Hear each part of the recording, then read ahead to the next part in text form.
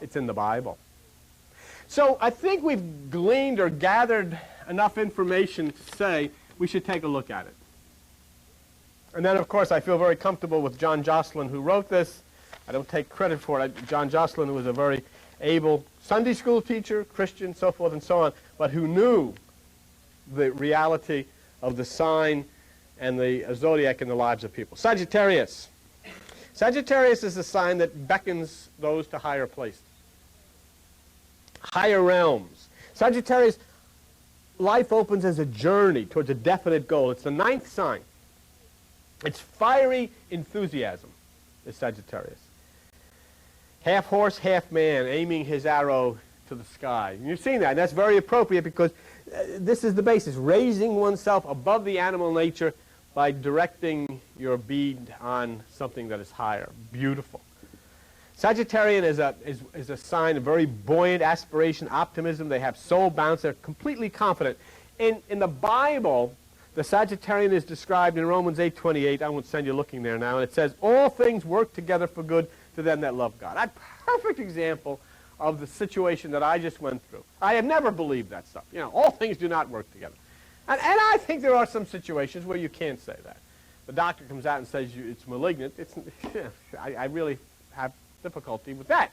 But in other situations, you know, your mind tells you you're going to go under, and you don't go under. In fact, you prosper.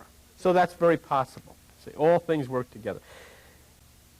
Sagittarius and people who are Sagittarians try to live on the earth with consciousness of the spiritual world. With a Sagittarian, they have vivid dreams, vivid visions, and that's part of their life. They really have a tremendous imagination, visualization, part of their life. They're very receptive to the cosmic Christ. And for a Sagittarian person to come in here and open themselves to the meditation is very easy because they're very receptive to this type of thing. They really love this type of thing. Body, soul, and spirit are coordinated in the person who lives in spirit of mind of Sagittarius. If there's a sign if there is one sign in all the zodiac that is tuned to the spirit in the meditation, it's Sagittarius. Okay, very strong in that way. In the lower phase now, there's a negative to all of these things. In the lower phase, the reverse mental force, and these people are characterized by their physical speed. You know what Sagittarians are noted for?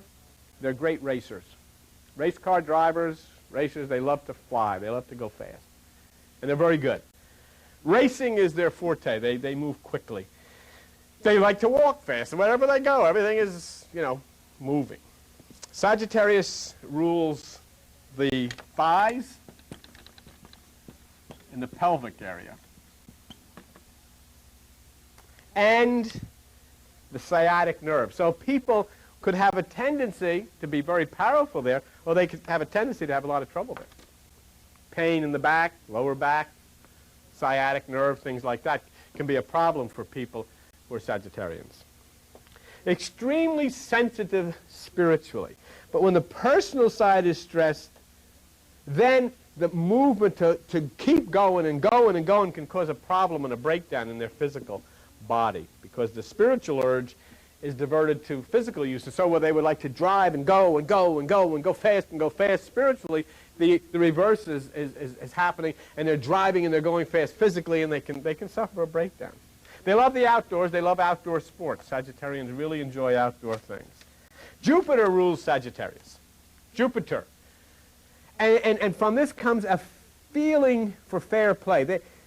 Sagittarians tend to be people who look for fairness in everything. They want to be fair to everybody. They want everybody to have a fair chance. They're very determined in whatever they do. See, when others have dropped and fallen by the wayside, Sagittarian plugs right on. Sagittarius continues. It doesn't give up. It doesn't stop. It continues its drive. They're great adventurers, you know. It's very hard for a Sagittarian not to feel at home. Wherever you drop them, they feel at home. You know, it's something new to explore, something different. And that's transforming. Sagittarius, with that aiming upward of the bow, and you see the picture, it's a transforming from the lower to the higher. And that's what the Apostle Paul says in Romans 12, chapter 2. Be transformed by the renewing of your mind. The difficulty of Sagittarius is the same thing that arises in the other signs, but it is much more profound. And that's something I want you to put that word, very, very profound. The difficulty that is consistent in the other signs is extremely profound with Sagittarius. And what is that? If they have spiritual direction without a Christ goal, they wind up with a lot of problems, a lot of emotional problems, and Sagittarians have a tendency to wind up with a lot of psychic problems in the mind. And you see a lot of this in people that are Sagittarians. They like to philosophize. They're very good in philosophy. And this combined with the higher spiritual goals produces a person of deep wisdom and sensitivity. And it can be very deep wisdom and very sensitive to God. Now here's something about Sagittarius. And folks, we have so many. You have to, those of you who are home and know people in Sagittarius, you have to reach a decision if that's true or not. Sagittarius, like Gemini, is strong in speaking but weak in listening. They're weak in listening, and this is a problem. Let me show you what the problem is. Sagittarians have a difficult time. They love to enter into spiritual things, but when you get them in meditation where it's all quiet, they have a tough time sitting still because they have a tough time with silence. Tough time with silence. So it's difficult for them. An interesting fact about Sagittarius is this, and you might try it sometimes with friends of yours who are Sagittarians. They have a hard time listening to other people because something strange happens within the mind of a Sagittarian. It seems that they know what the person is going to say before the person finishes speaking. They have that gift. But Sagittarius can also use words like darts. You know, they can zing people. And it tends at an occasion to prompt ill will from the other person, because they can cut pretty deep and they can really sting people with their words. They're outspoken. They don't have any desire to hurt other people. They can see right through error of other people. They're very observant and very tuned into these things. But, you know, harsh words can have a very devastating effect. But yet when it's turned on a Sagittarian, you know what happens? They sulk, because the thing that you or I would say, it's no big deal, becomes a hurt to them. They've been offended. And they don't want to go anymore. They don't want to be around anymore because whatever has been said has deeply hurt them. You could take a Sagittarian and punch him in the nose and it wouldn't be near as bad as that word that has hurt them. And so they feel very, very bad. And if you get a Sagittarian and if they don't agree with what you say, there's a tendency that they'll explode in a rage. Sagittarians are moved by the intuition of the light of truth. They have a constant movement that feeds above that which is the mind, above that which is the brain. And they're very idealistic people. They have strong ideals, strong goals. They get that arrow and they're shooting for something much higher. But they are overly sensitive to remarks that other people will not take too deeply. They'll take very deeply. They get hurt. They get hostile over things that other people will just, you've said so. Hey, it's no big deal. Let it go. They get very hurt. Now, a lot of folks, you can find that in yourself. You may be a completely different sign, but you might have this Sagittarian influence in your own life. You may be different. You know what this is very much like? Remember Buddha would talk about the 10,000 things? You have this as your main characteristic, but you have some of this and some of that and some of the other things, and you mix them all up and you got a personality. And it's no different than baking a cake. You put a little of this, you put a little of that, and you either have a chocolate layer cake or a strawberry shortcake, but you got to put different stuff in the same way. You may be a chocolate layer cake, somebody else is a strawberry shortcake, somebody else is a pound cake, because what's gone in is completely different. Do you know what I'm saying to you? That's exactly what it is. It's all different ingredients.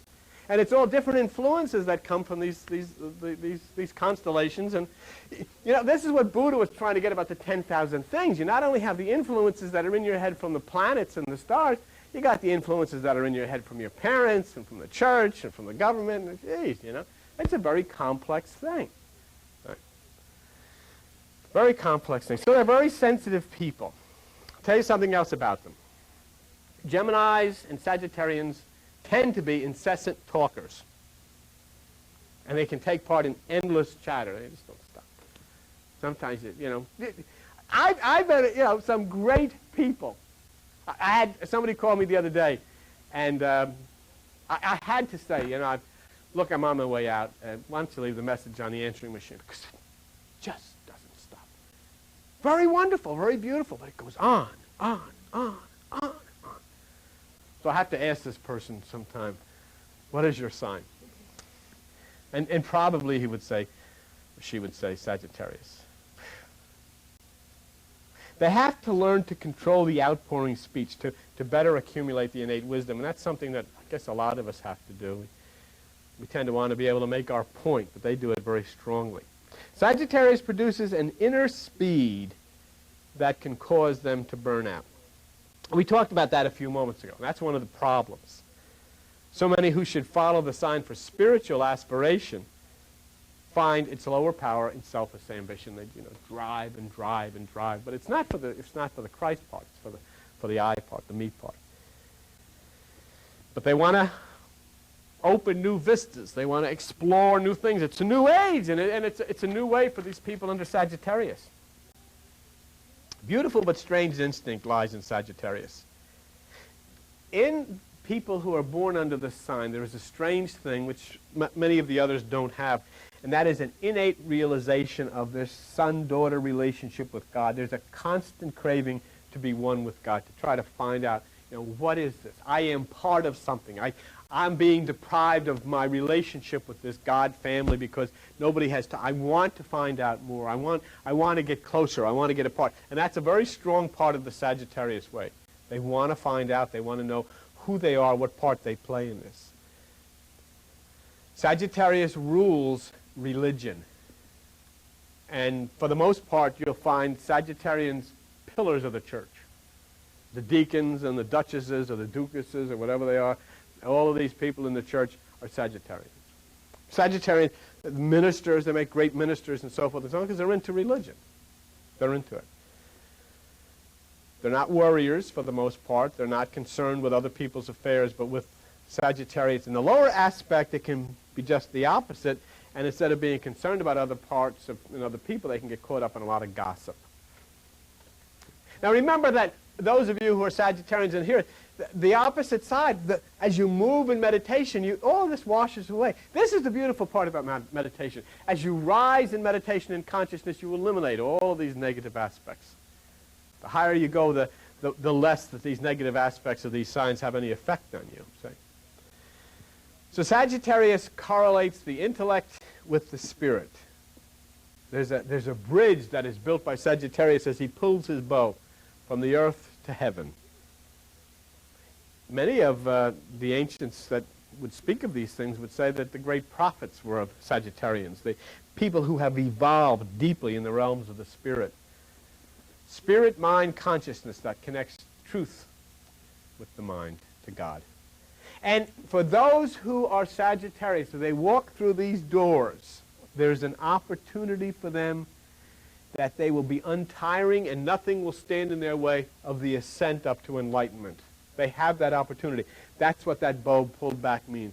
There is an opportunity for them to pull that bow and rise with it up into the stars and up into the higher realms of consciousness. Sagittarius has a great opportunity for that. If they will only hear and understand what is theirs, because they've got to turn away from the lower forms and follow the flight of that arrow to the higher realms of consciousness. So in Sagittarius is aspiration, inspiration, the doorway to God. But they have to know so as to channel that energy upward, to let the arrow go. Not to aim it down, but to aim it upward. And then they evolve into enlightened people who are extremely strong in the aspects of divine meditation and Christ consciousness. Well, we've not only gone through the aspects of the Bible in which we've talked about the authority, but we've spent a little time and just gone on the periphery of the sign Sagittarius. There were so many things. I remember somebody said, "I'll do your sign for me," and I got a book back. It looked like the dictionary, and there are just little things that are part of all of our lives. Some are stronger in some signs and stronger in the other. You have to decide. And then you have to decide as to whether you overcome. To me, I simply feel, okay, I know what the sign says. It's interesting because it does describe me pretty well. But I'll rise above it. I'm not interested in being brought down and say, well, this is your sign, so that's the way you are. I'm interested in rising above it and say, I have no sign, but that which is God. And that which is the higher mind. Because the sign is that which affects the person on the earth, and we must rise to be the person of heaven. Okay? Thank you very much for spending this time.